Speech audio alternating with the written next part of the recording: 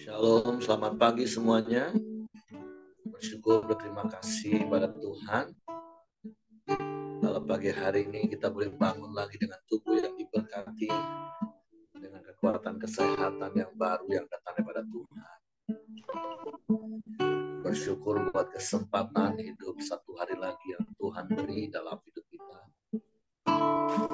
Dan kita boleh sama-sama datang menghampiri tahta kasih karunia. Kita bersyukur, kita berterima kasih. Tuhan baik dalam hidup kita. Tuhan yang menyertai hidup kita. Tuhan yang menjagai langkah kaki kita.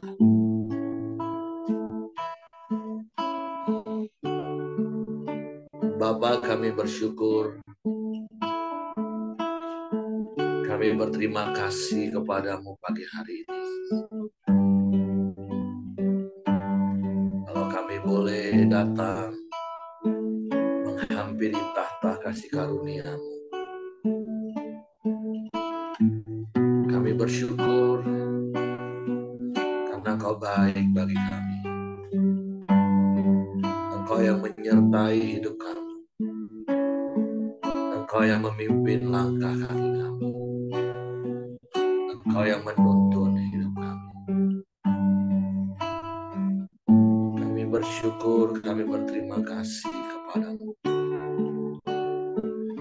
Kami naikkan pujian, syukur, penyembahan kami kepadamu, Allah yang setia, yang tidak pernah meninggalkan kami, yang terus ada bersama dengan kami. Bapakku datang menyembahmu di sini. Ku percaya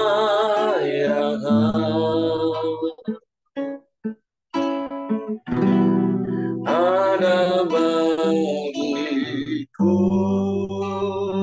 Mari katakan, Bapakku datang. Bapakku datang menyembahmu di sini. Ku percayakan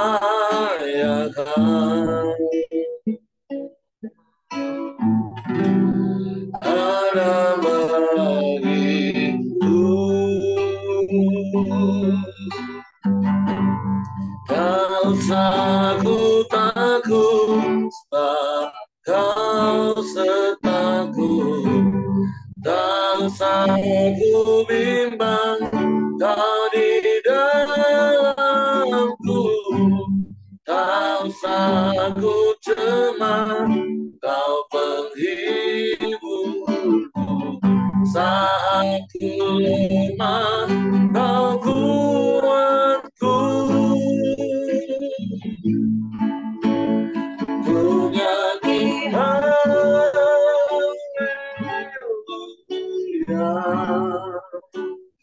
ku nyanyi haleluya.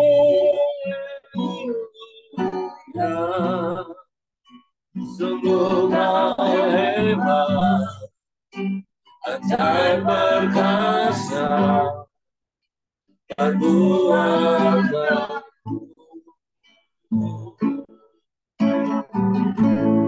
di hidupku.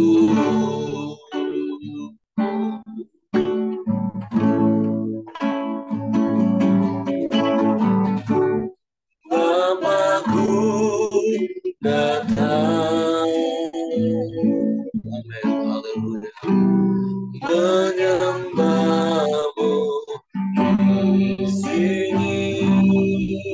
Ya, ku percayakan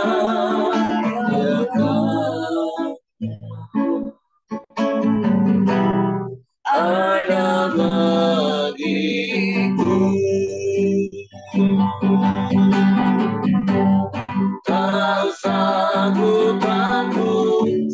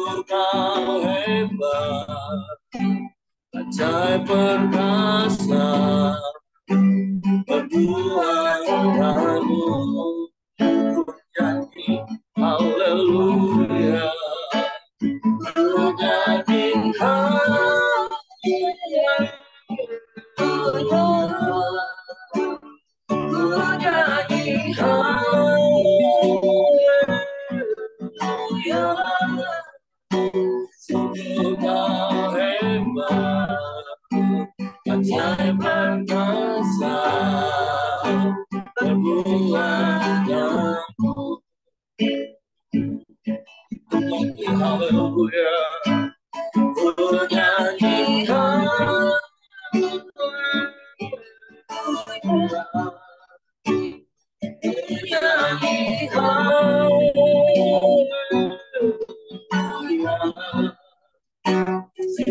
Kau hebat, ajaib perkasa, perbuatanmu dalam hidup kami Tuhan, di hidupku.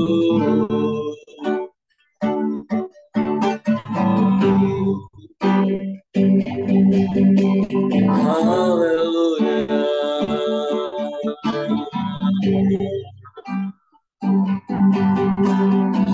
haleluya,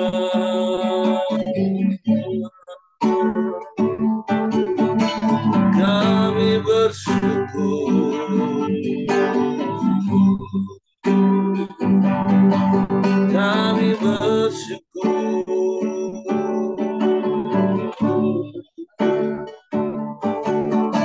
kami menyembah,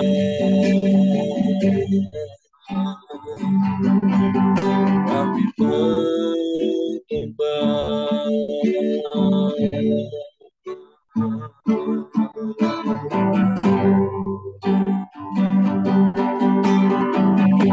haleluya,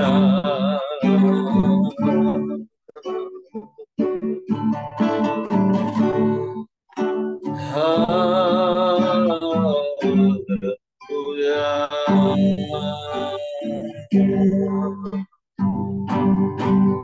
kami menyembah,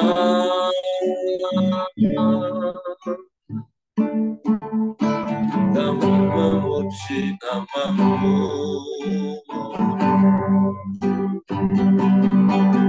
Yesus.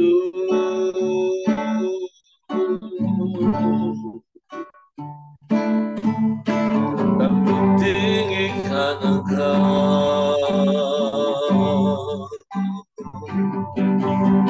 kami menyembah,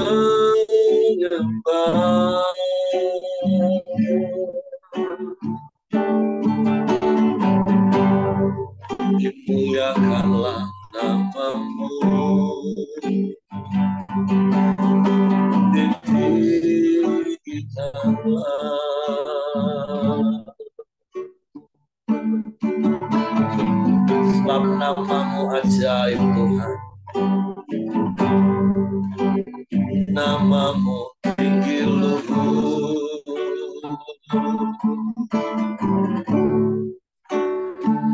nama di atas segala nama,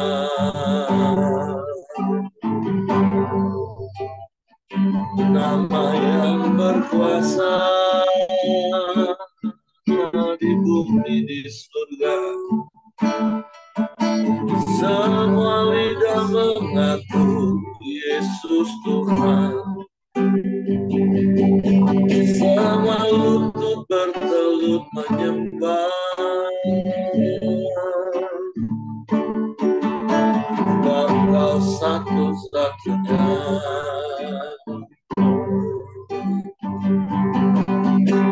tiada yang lain.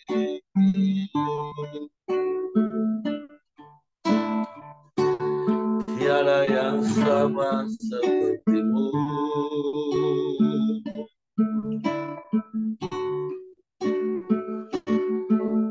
Haleluya,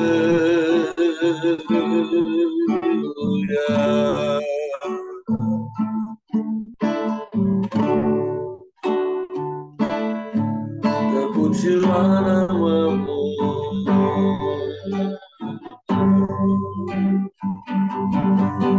terpujilah nama-Mu,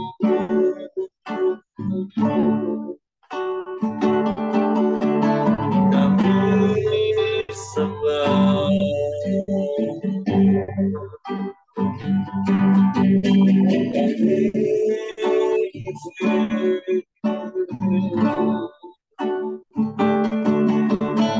mulialah nama-Mu Tuhan,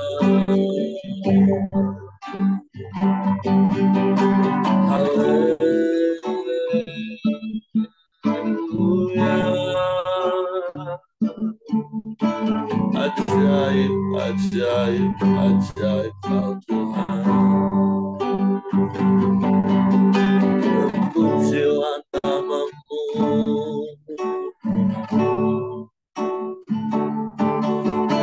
Engkau dahsyat, Engkau hebat, Engkau luar biasa.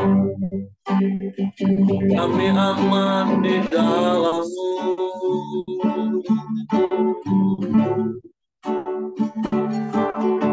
Sebab Engkau yang menjaga kami, Engkau yang melindungi kami,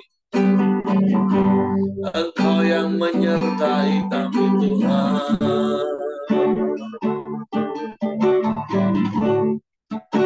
Bapa, kami bersyukur, kami bersyukur, kami menyembah.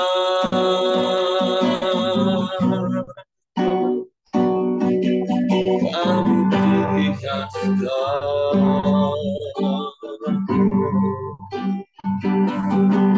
kami muliakan nama-Mu.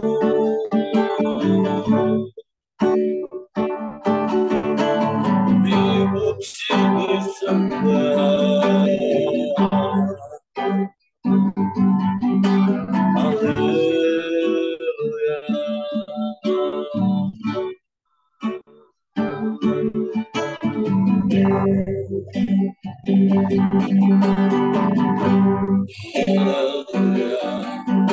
Haleluya. Haleluya.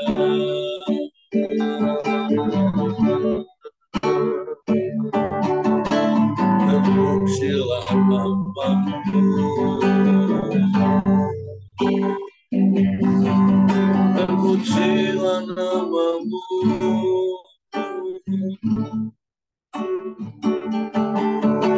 Haleluya.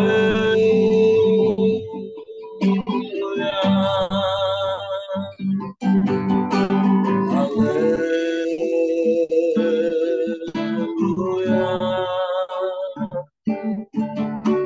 Ajaib Engkau Tuhan, ajaib Engkau Allah.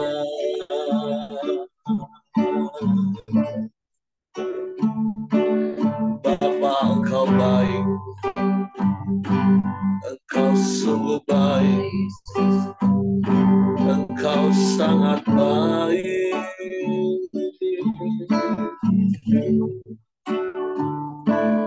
Engkau selalu baik, selamanya Kau baik. Kami bersyukur,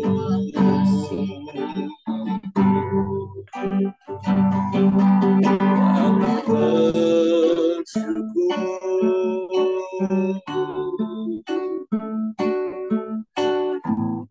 Engkau yang selalu bersama kami, Engkau yang selalu menyertai kami, Engkau yang selalu ada bersama kami, menolong dan memberkati kami. Kami bersyukur,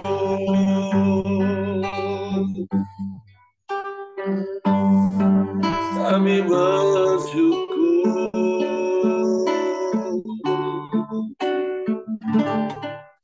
kami menyembah, kami menyembah, sebab Kau yang layak disembah. Perbuatan-Mu besar dan ajaib dalam hidup kami. Engkau tunjukkan kasih setia-Mu dalam hidup kami. Engkau limpahi kami dengan rahmat-Mu setiap hari. Kami bersyukur, kami bersyukur. Terima Terima kasih.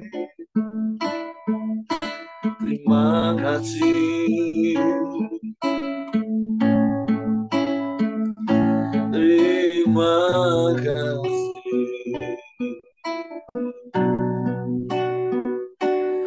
Engkau baik, sungguh baik, sangat baik bagi kami. Haleluya.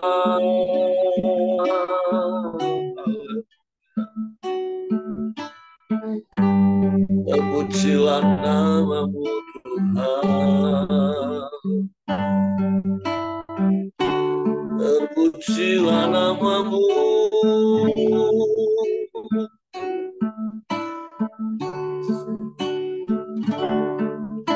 Haleluya.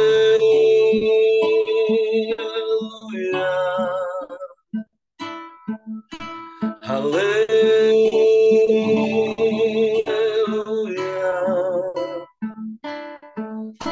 Terpujilah namamu. Terpujilah namamu. Terpujilah namamu.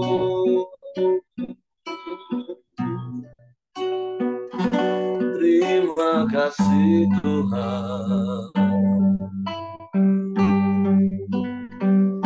Terima kasih.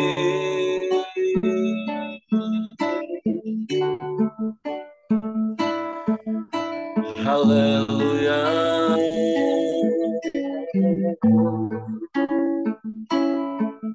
Terpujilah namamu. Terpujilah namamu. Terpujilah namamu Tuhan. Ya Allah.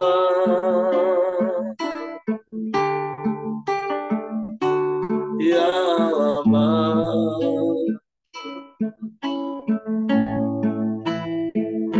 Ya Allah.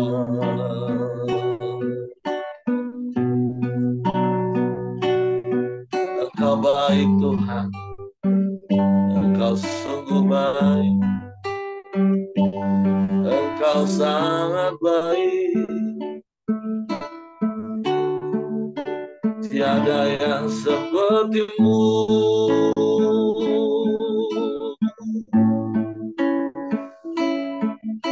Tiada yang sepertimu.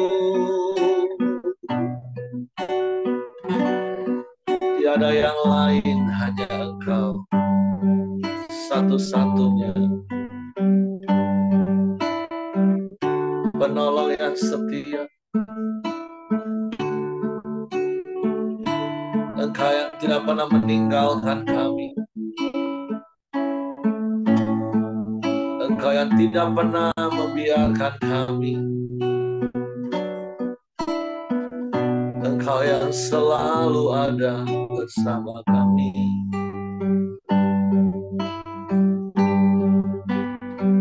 Engkau yang menjagai langkah kaki kami.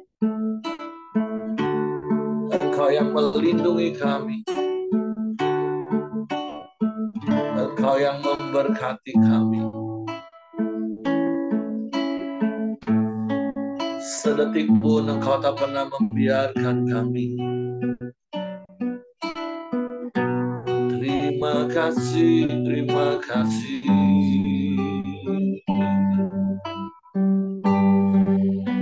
Terima kasih.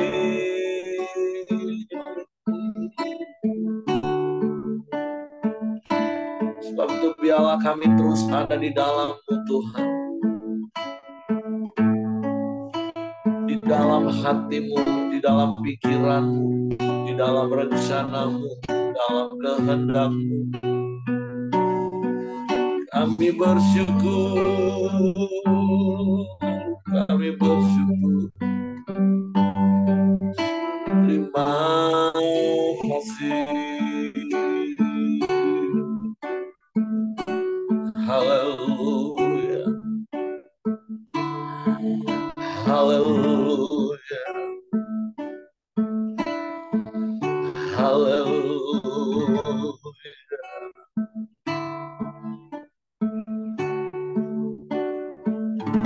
Terpujilah namamu, terpujilah namamu Tuhan. Ku di tanganmu, amin. Ku di hatimu, di pikiranmu, di rencanamu, tak pernah ku sendiri. Amin. Ku di tanganmu,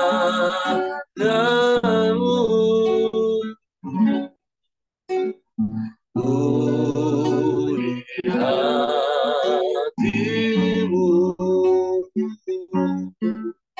di pikiranmu,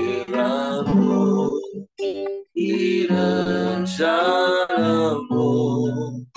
tak pernah ditinggalkan.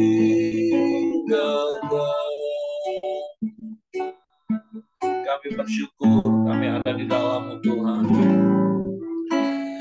Ku di dalam-Mu,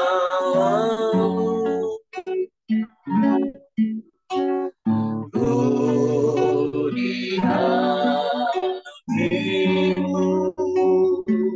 ya, di pikiranmu, di rencanamu, tak pernah ku sendiri, ya. Ku di tanganmu, amin. Ku di hatimu, di pikiranmu, di rencanamu, tak pernah ditinggalkan. Sekali lagi dengan iman mari katakan, ku di tangan-Mu Tuhan. Ku di tangan-Mu,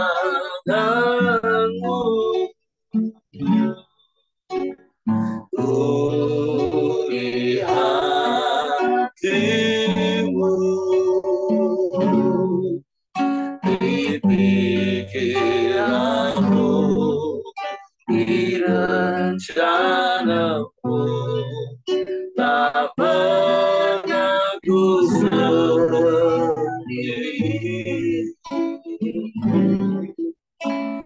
Ku di tanganmu,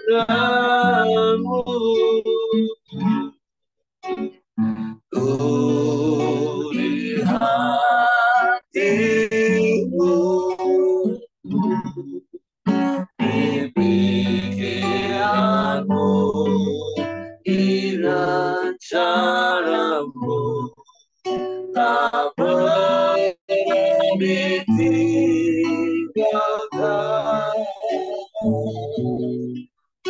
tak pernah ditinggalkan,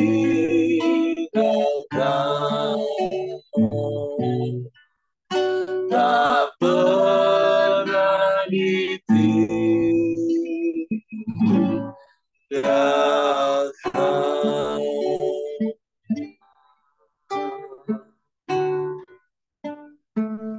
Engkau tidak pernah meninggalkan kami. Engkau tidak pernah membiarkan kami. Engkau yang selalu ada bersama dengan kami.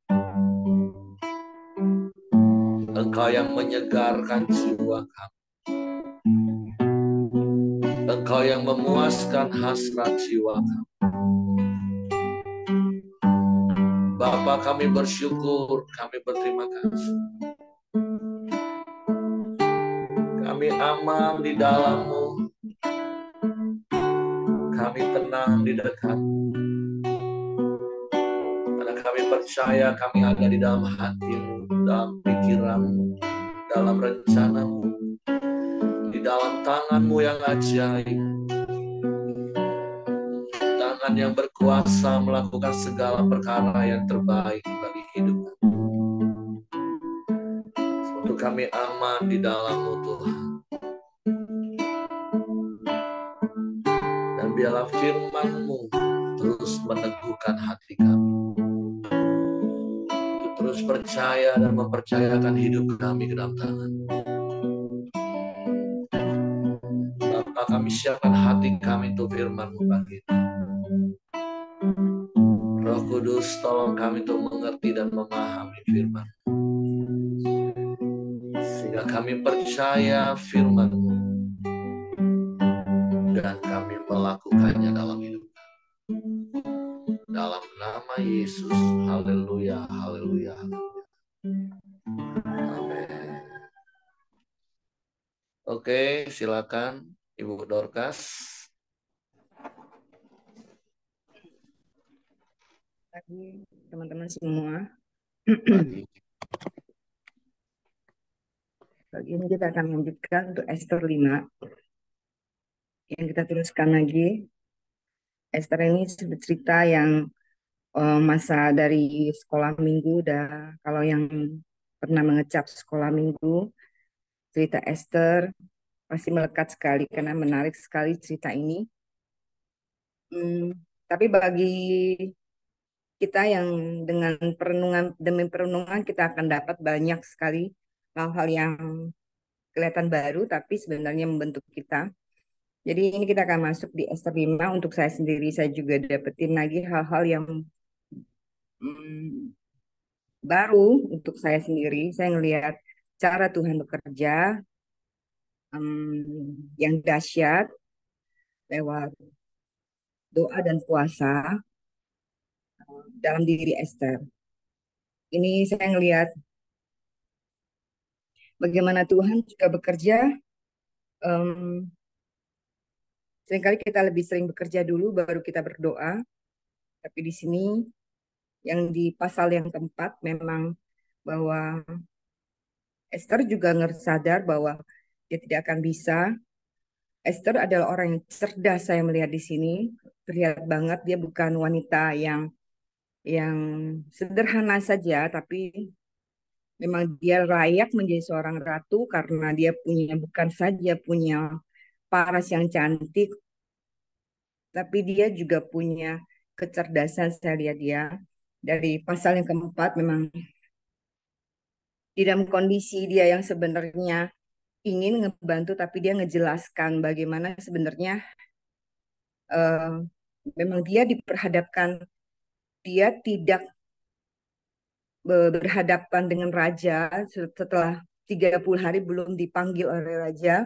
Dia punya alasan sebenarnya dia untuk gentar, dia punya alasan untuk gentar karena bukan kondisi dia kondisi yang sangat biasa, tapi kondisi yang betul-betul sangat tidak biasa bahwa sebagai seorang ratu 30 hari itu betul-betul sangat lama. Kalau misalnya perhitungan 2 hari sekali dia dipanggil oleh raja, dia mungkin bisa menghitung kembali bahwa ya pasti saya akan punya waktu untuk bisa berhadapan dengan raja.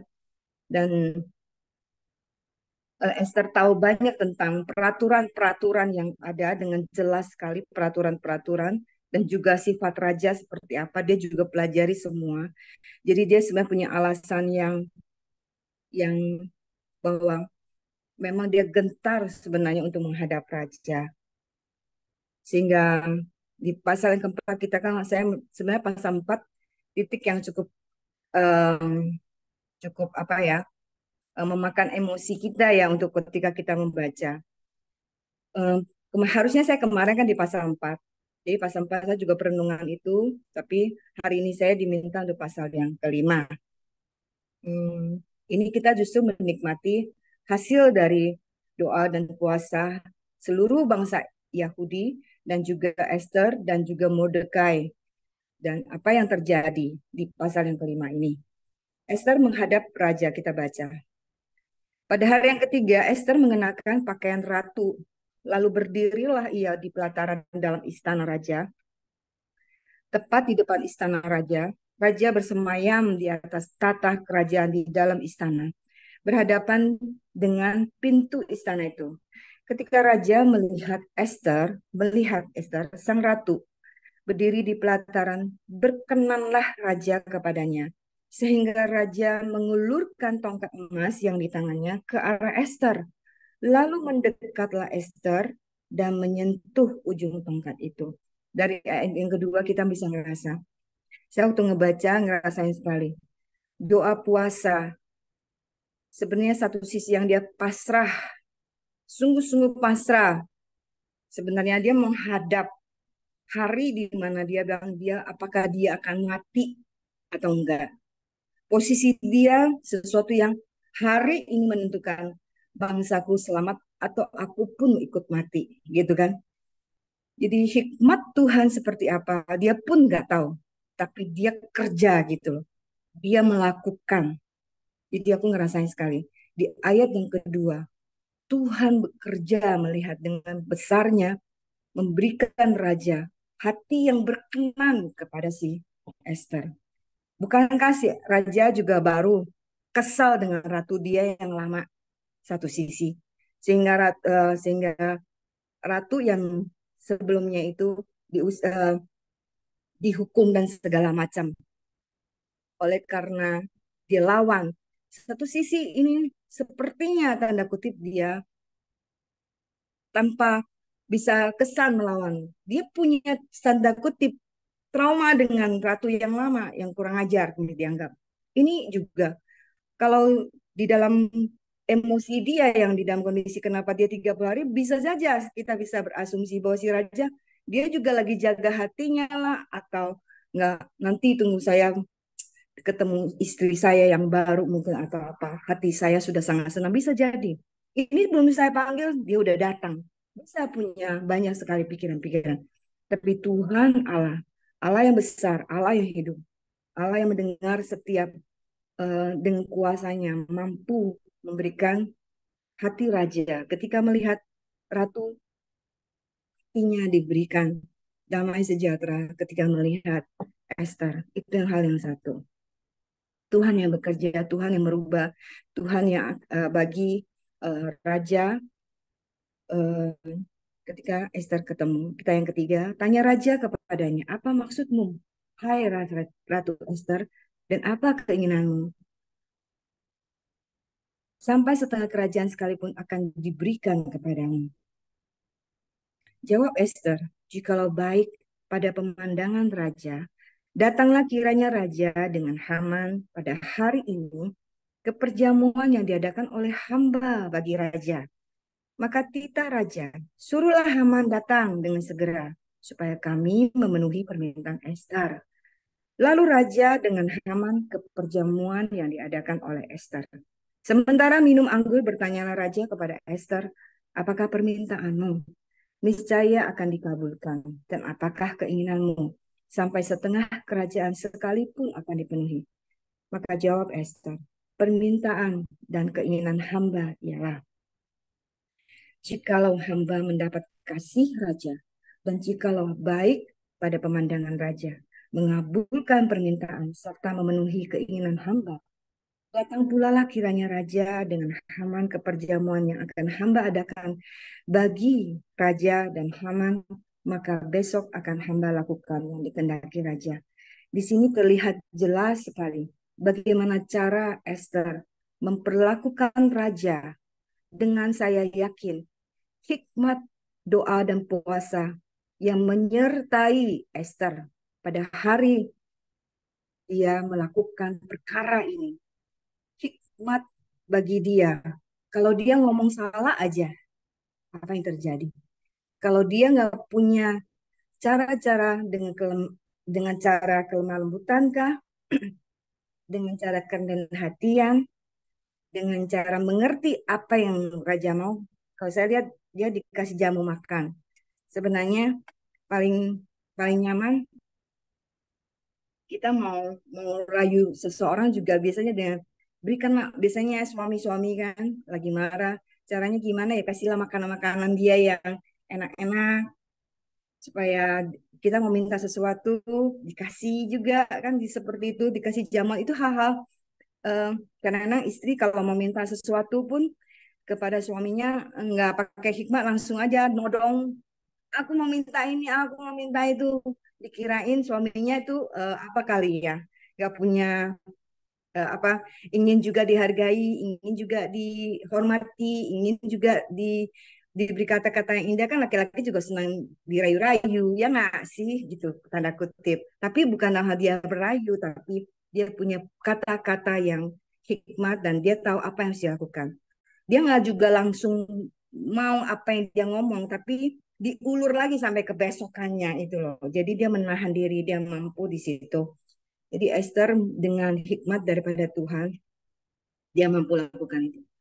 Jadi satu hal aku berpikir, uh, ya memang betul, memang sering kita kehilangan hikmat ketika menghadapi masalah-masalah besar atau masalah-masalah kita. Sehingga kita bekerja dulu baru kita meminta dan kepada Tuhan.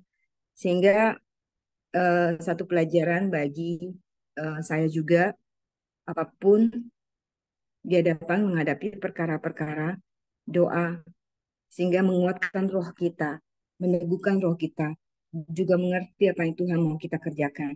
Kadang-kadang Tuhan nggak mau kita langsung A, tapi Tuhan mau melakukan A, B, C, D gitu loh. Jadi kita mengerti hikmat Tuhan menyertai kita. Dan juga Esther seperti yang Esther lakukan. Ini saya akan ngelihat cara-cara Esther.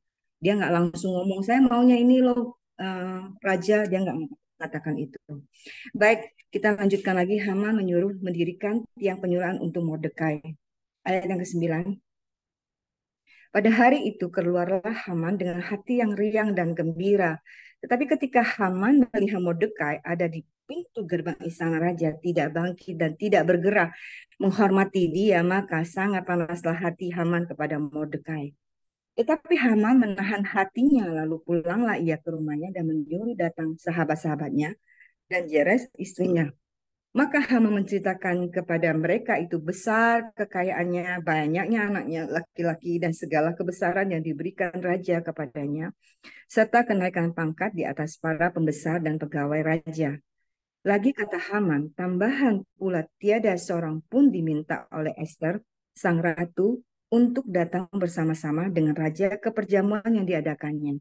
Kecuali aku, dan untuk besok pun aku diundang bersama-sama dengan raja. Akan tetapi semuanya itu tidak berguna bagiku selama aku masih melihat si Mordekai, si Yahudi itu duduk di pintu gerbang istana raja. Lalu kata Zeres istrinya dan semua sahabatnya kepadanya, suruhlah orang membuat tiang yang tingginya 50 hasta dan persembahkanlah besok pagi kepada raja supaya Mordekai disulahkan orang pada tiang itu, kemudian dapatlah engkau dengan bersuka cita pergi bersama-sama dengan raja ke perjamuan itu. Hal itu dipandang baik oleh Haman, lalu ia menyuruh membuat tiang itu. Ini Haman memang punya dendam kusumat sama Mordekai ini. Dia ngerasa apapun dia sudah dapat, apapun dia sudah diterima, kenaikan pangkat pun tidak memuaskan dirinya. Di sini tercermin di sini bahwa ketika seseorang yang sudah menyakiti dia, dia punya kuasa untuk menghancurkan itu semakin dia bisa nyatakan. Tidak ada lagi menggunakan hati nurani kita, tidak menggunakan lagi hati nurani dia yang mungkin dulu dia punya, tapi dia nggak ada ini di sini. Kesombongan yang menguasai seseorang itu akan menghancurkan dirinya sendiri ketika memang kekuasaan, kekayaan, ke kehebatan kita, khususnya sebenarnya kita manusia paling gampang jatuh ketika kita punya kuasa. Sebagai seorang pemimpin juga kita gak akan gampang jatuh dengan karena kita udah punya kuasa, sudah punya power untuk kita lakukan. Kita akan gampang bahwa aku nggak suka ini, apa yang aku nggak suka harus terjadi gitu loh. Tanpa dia sadari itu justru menghancurkan diri dari Haman pada ujungnya. Dari diri dia sendiri harusnya Haman mampu bisa menikmati banyak hari-hari dia sebagai seorang pemimpin, hari-hari dia sebagai seorang penguasa juga bisa menikmati dengan jangka panjang, ternyata justru karena dia punya hati yang sangat panas, dia bukan panas saja, bahkan dia punya perencanaan-perencanaan supaya menjadi nyata, itu justru menghancurkan dirinya sendiri. Sehingga hati-hati dengan hati kita sendiri, memang hati kita sendiri untuk kita bertindak.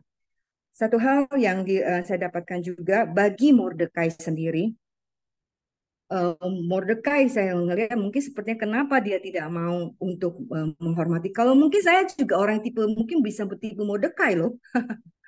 Kalau saya melihat mungkin Mordekai saya ngelihat ya kenapa dia nggak mau menghormati. Satu sisi yang kemarin Pak Heri bilang ya bagaimanapun misalnya Tuhan memberikan wakil daripada pemerintah yaitu kita harus bisa menghormati.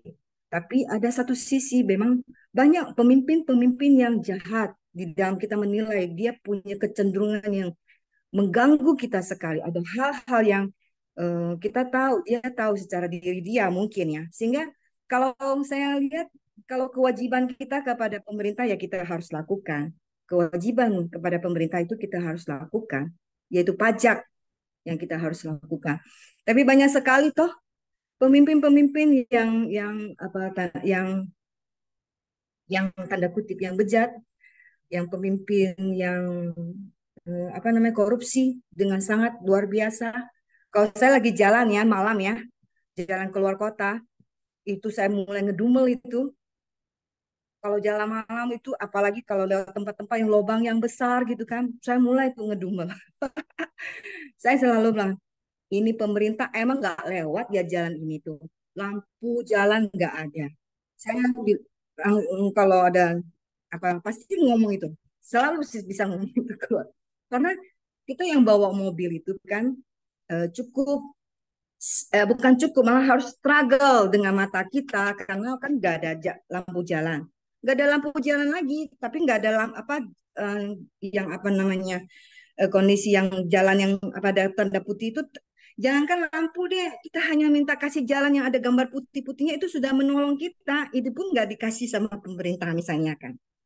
Apakah aku bilang, ini pemerintah nggak pernah lewat apa ya di sini gitu loh. Itu memang orang-orang pemerintah kemana gitu ya. Sampai ada jalan gelombang berapa banyak orang terjadi kecelakaan, kecelakaan demi kecelakaan yang terus mereka bisa lewat dengan gagahnya, nggak ada masalah gitu. Di mana hati nurani mereka kan gitu. Ya kan? Ya kalau saya lihat mungkin saya juga nggak menghormat.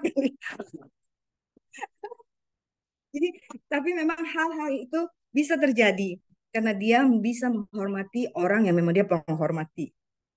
Tapi hal itu memang nanti pasti Pak Heri mau akan berkomen. Itu kan masing-masing punya pribadi. Oke, bagi saya Mordekai pada ujungnya dalam kisah dari Esther itu dia mendapatkan dalam kejadian yang besar dan seperti mengerikan dan tidak menguntungkan itu akhirnya menguntungkan dari kejadian menguntungkan bagi bangsa Yahudi loh. Berarti apa yang terjadi dalam Mordekai sehingga ada kasus besar begitu, Tuhan bekerja. Tuhan pasti menilai Mordekai adalah orang benar. Dia ngerti bagaimana siapa yang dia harus hormati. Sehingga aku lihat yang terjadi di dalam kejadian 50, saya baca sedikit dulu ayat 20. Ini jadi hal yang terakhir. Memang kamu telah mereka-rekakan yang jahat terhadap aku, tetapi Allah telah mereka-rekakannya untuk kebaikan dengan maksud melakukan seperti yang terjadi sekarang ini, yakni memelihara hidup suatu bangsa yang besar. Sekali lagi, memang kamu telah mereka-rekakan yang jahat terhadap aku, tetapi Allah telah mereka-rekakannya untuk kebaikan dengan maksud melakukan seperti yang terjadi sekarang ini, yakni memelihara hidup suatu bangsa yang besar. Jadikan itu iman. Orang mau merekakan yang jahat boleh, tetapi Tuhan tetap akan memberikan kita mereka-rekakannya untuk kebaikan. Dan dia akan memberikan jalan yang luar biasa, walaupun ada orang-orang yang tetap punya tujuan yang jahat, tapi Tuhan memberikan kepekaan kita, kita tetap melakukan bagian kita, kebenaran diri kita nggak perlu takut, nanti Tuhan akan memelihara hidup kita. Satu, misalnya, saya baru di grup saya itu kecil nih masalah. Grup kecil, grup saya yang di gereja lama kan saya masih ada di dalamnya. Jadi ada teman-teman itu selalu ingin em, menjadi hakim bagi gereja-gereja yang lain di dalam grup itu. Di grup itu ada seratusan orang, terus aja orang-orang yang ada di dalam gereja itu selalu mencela dan mencela, bahkan sifatnya menghakimi terus-menerus. Saya pikir saya diam aja, ngapain? Akhirnya nanti kita masuk di dalam perdebatan, bukan? Tapi apa yang mereka lakukan itu juga bisa mencuci otak, bisa membuat orang berpikir semakin dalam terhadap gereja-gereja yang lain. Mengajak orang juga ikut menghakimi gereja-gereja yang lain, yang aliran yang lain. Beberapa teman itu. Semakin hari semakin jadi. Saya berpikir saya menjadi orang yang diam saja atau saya orang yang juga perlu mengatakan yang benar. Kadang kita dua hal itu bisa jadi selisih sangat tipis ya. Kita berpikir, udah kita nggak usah berdebat. Akhirnya kita satu, apakah kita lagi jaga aman terhadap berkata yang benar. Seperti Esther untuk dia doa puasa, dia hanya bisa bilang doa puasa ya sudah cukup. Aku sudah bisa menggerakin semua orang untuk bisa doa puasa itu cukup. Tapi dia nggak perlu untuk maju untuk melakukan bagiannya dia. Jadi kita bukan hanya doa dan puasa saja, tapi melakukan action. Action itu hal yang penting dan itu banyak juga kita hanya berhenti hanya di doa dan puasa saja. Kita rasa itu cukup. Jadi ketika itu satu hal, saya sama teman-teman saya pikir, oke, saya pikir saya harus ngomong. Saya harus ngomong, tapi risiko saya akan dimusuhi lagi satu seratusan orang karena lebih banyak dominan di aliran itu. Saya bilang saya doa, kemudian saya bicara di situ. Saya bilang saya sekarang ada di gereja karismatik. Jadi saya bukan ada, saya bertumbuh. Saya harus ngomong apa yang menjadi kebenaran. Saya bertumbuh di gereja karismatik. Di dalam gereja ini gereja yang biblical. Jadi saya mengasihi gereja yang lama, tapi saya juga mengasihi gereja di mana aku bertumbuh. Jadi saya meminta kepada semua teman-teman, kita jangan jatuh di dalam kondisi yang justru Tuhan tidak mau, tidak suka di dalam grup ini kita lakukan. Tapi kita sama-sama boleh saling mengasihi di dalam perbedaan-perbedaan. Jadi saya mengatakan itu awal kalau sebelum-sebelumnya adalah teman-teman, saya mau ketika mengatakan diri saya bukannya apa ya, papa saya kan penatua, semua keluarga saya juga ada di situ. Itu sebenarnya satu sisi ya udahlah kamu pergi ke gereja yang berbeda ini, tapi sudah jangan banyak orang tahu. Gak perlu semua orang tahu. Tapi saya pikir apa salahnya? Apa salahnya memang saya ada di sini dan saya perlu menunjukkan identitas saya sendiri. So, oke, tidak ada yang perlu saya takutkan.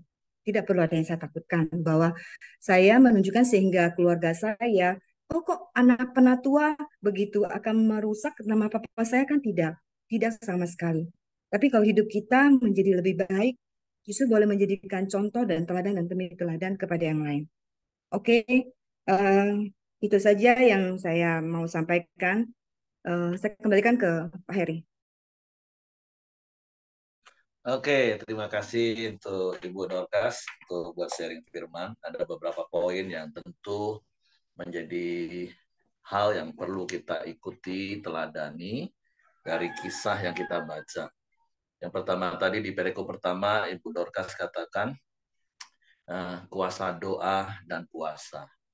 Sama seperti Yesus pernah katakan, ada hal-hal yang tidak dapat diselesaikan hanya dengan doa, tapi perlu dengan kuasa, dengan puasa. Ya mungkin ini juga hal yang perlu Ibu Dorcas dan keluarga-keluarga lakukan hari-hari ini mungkin. Bukan cuma sekedar berdoa, tapi juga berpuasa menghadapi pergumulan yang sedang terjadi hari-hari ini. Karena kita tahu, Amsal 21 ayat 1 katakan bahwa hati raja itu seperti batang air di tangan raja, di tangan Tuhan. Sehingga dapat dialirkan kemana Tuhan mau.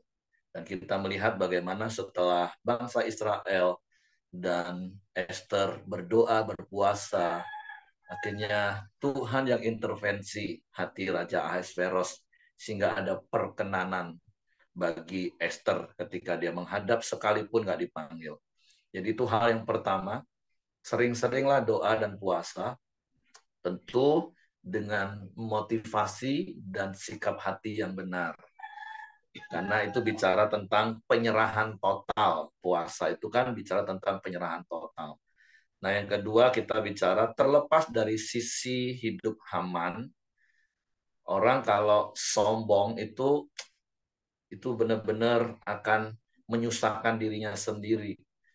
Kadang kan kelewatan. Bukankah dia sudah mendapatkan segala sesuatu? Masa gara-gara satu orang akhirnya itu mengusik hidupnya. Tapi itulah kesombongan. Hati-hati dengan kesombongan. Tidak akan pernah punya rasa puas. Harusnya dia sudah menjadi orang yang lebih dari cukup harta, kedudukan, pangkat, bahkan dapat bonus lagi, dia dapat hal yang spesial. Tapi itu tadi, kalau hati sudah sombong, itu hati nggak akan pernah puas. Makanya hati-hati dengan kesombongan. Nah, tapi tentu yang seperti Ibu Ciaca tadi katakan, yang katakan, oh Pak Heri pasti akan komen. Iya, saya akan komen. Kan Edko katakan sekali lagi, keseimbangan itu kunci kehidupan. Di sisi kita, kalau kita di posisi sebagai rakyat, sebagai Mordekai, harusnya kita memberi hormat karena firman Tuhan mengajari. Bahkan di 1 Petrus pasal 2 ayat 18 ngomong gini, bukan cuma kepada yang baik, tapi kepada yang bengis. Sikap hati kita nggak boleh berubah, tetap respect, tunduk, hormat, seperti itu. Nah, tapi sebaliknya, kalau posisi kita sebagai pemimpin, sebagai pejabat, ya kita jangan gila hormat. Kita harus lakukan porsi kita dengan baik, dengan benar, dengan takut akan Tuhan. Nah, kayak berkali-kali saya katakan keseimbangan itu kunci kehidupan. Kita ada di dua sisi yang harus kita benar-benar hidup di dalam firman. Kalau posisi kita sebagai rakyat, ya kita hormat kepada pemerintah kita. Bahkan pemerintah yang bengis sekalipun, yang kejam, yang menggunakan pedang, itu firman Tuhan ajar. Tapi kalau kita di posisi sebagai pemerintah, pejabat, ya mari lakukan tugas tanggung jawab kita sebagai amanah dari Tuhan untuk kepentingan rakyat. Nah, jadi posisi kita harus tepat. Jangan dicampur aduk, jangan di apa ya? Dicampur aduk. Akhirnya kita terjebak pada posisi membenarkan diri. Ya, seperti Bu Cece tadi udah ngedumel, ya mulai hari ini bertobat lah Bu ya, nggak usah ngedumel. Kalau memang pengen, ya kalau gitu Ibu mencalonkan diri saja. Jadi wali kota, jadi gubernur, terus beresin semua seperti apa Ibu pengen. Kira-kira seperti itu. Tapi kan nggak harus seperti itu. Tapi terus jaga hati kita, karena persungutan itu kan dosa pemberontakan, kata firman Tuhan.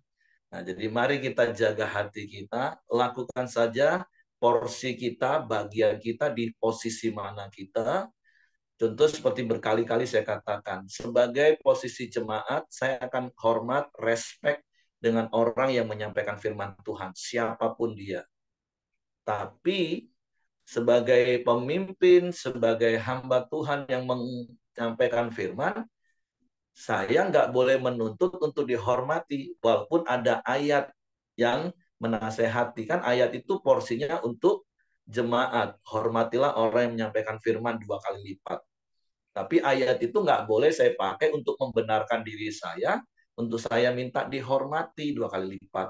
Nah, jadi Bapak Ibu harus belajar keseimbangan ini ya. Bagian mana hidup kita. Nah, jadi mari benar-benar kita semakin memahami kebenaran firman Tuhan, dan kebenaran itu akan memerdekakan kita.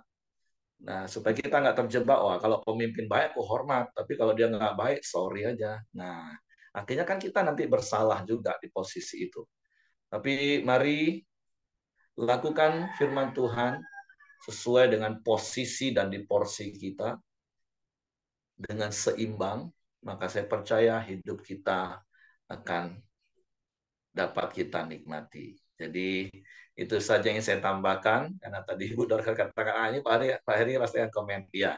Jadi mari kalau kita di posisi rakyat, taat, hormati, sikap tunduk hati. Tetapi kalau kita ada di posisi pejabat, ya mari jadilah pejabat yang baik, pemerintahan yang baik, supaya hidup kita jadi berkat. Jadi mau posisi rakyat atau kita di posisi pejabat, intinya hidup kita ini harus jadi berkat.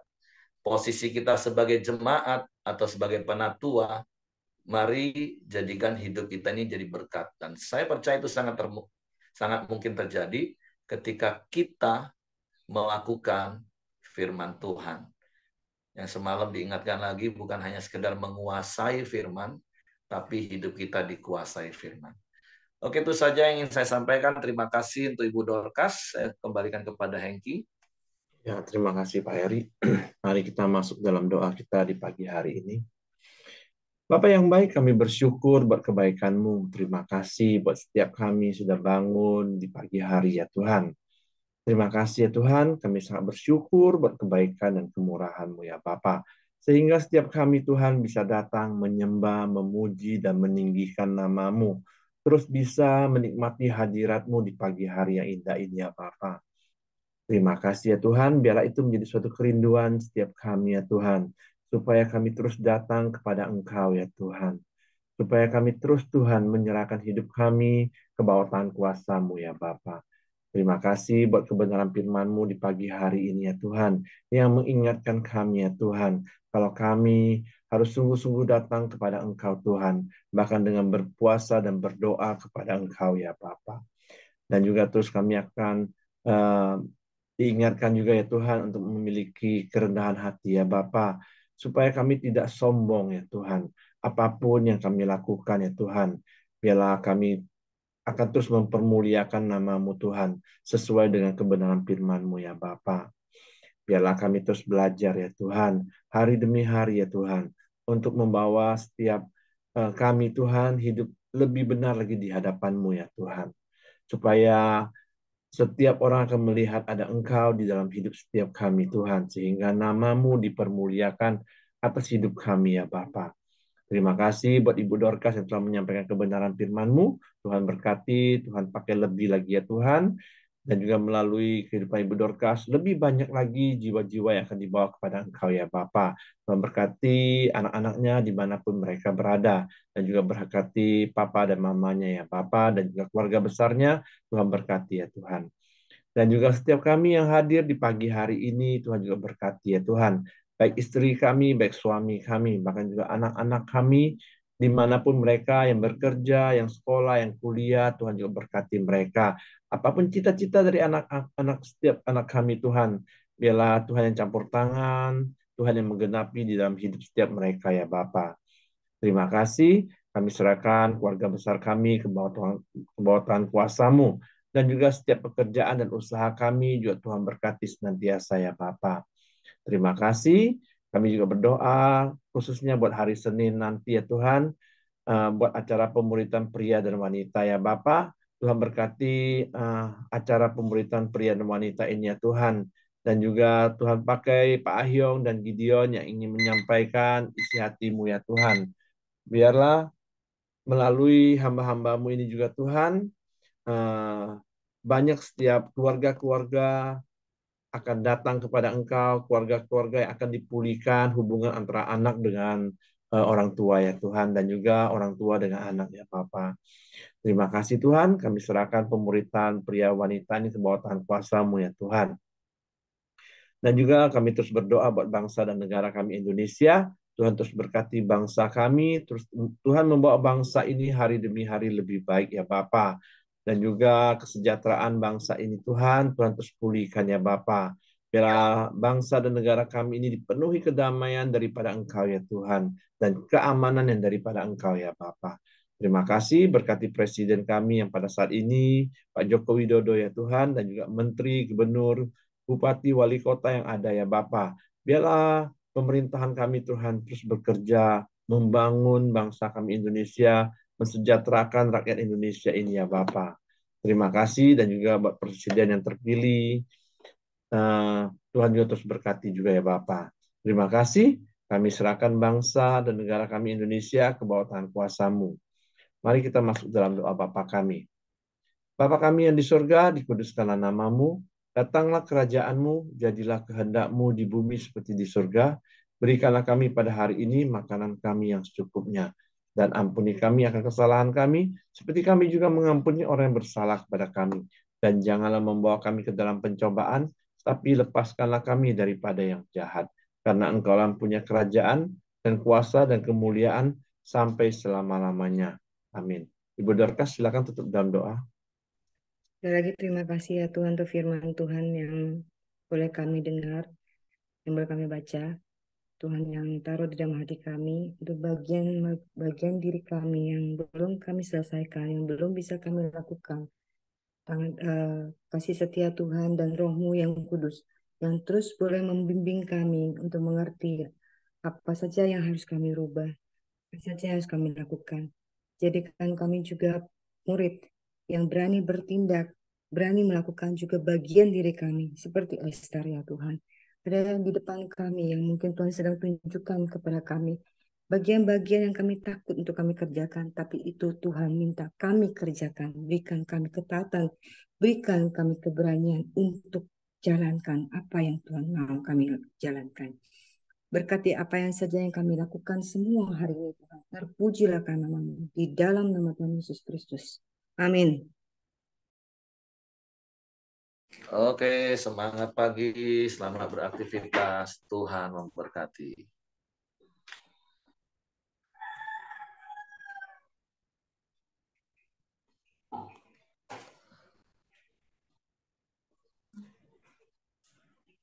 Oke, kalau tidak ada koordinasi, saya meeting Bapak Ibu. Ya, terima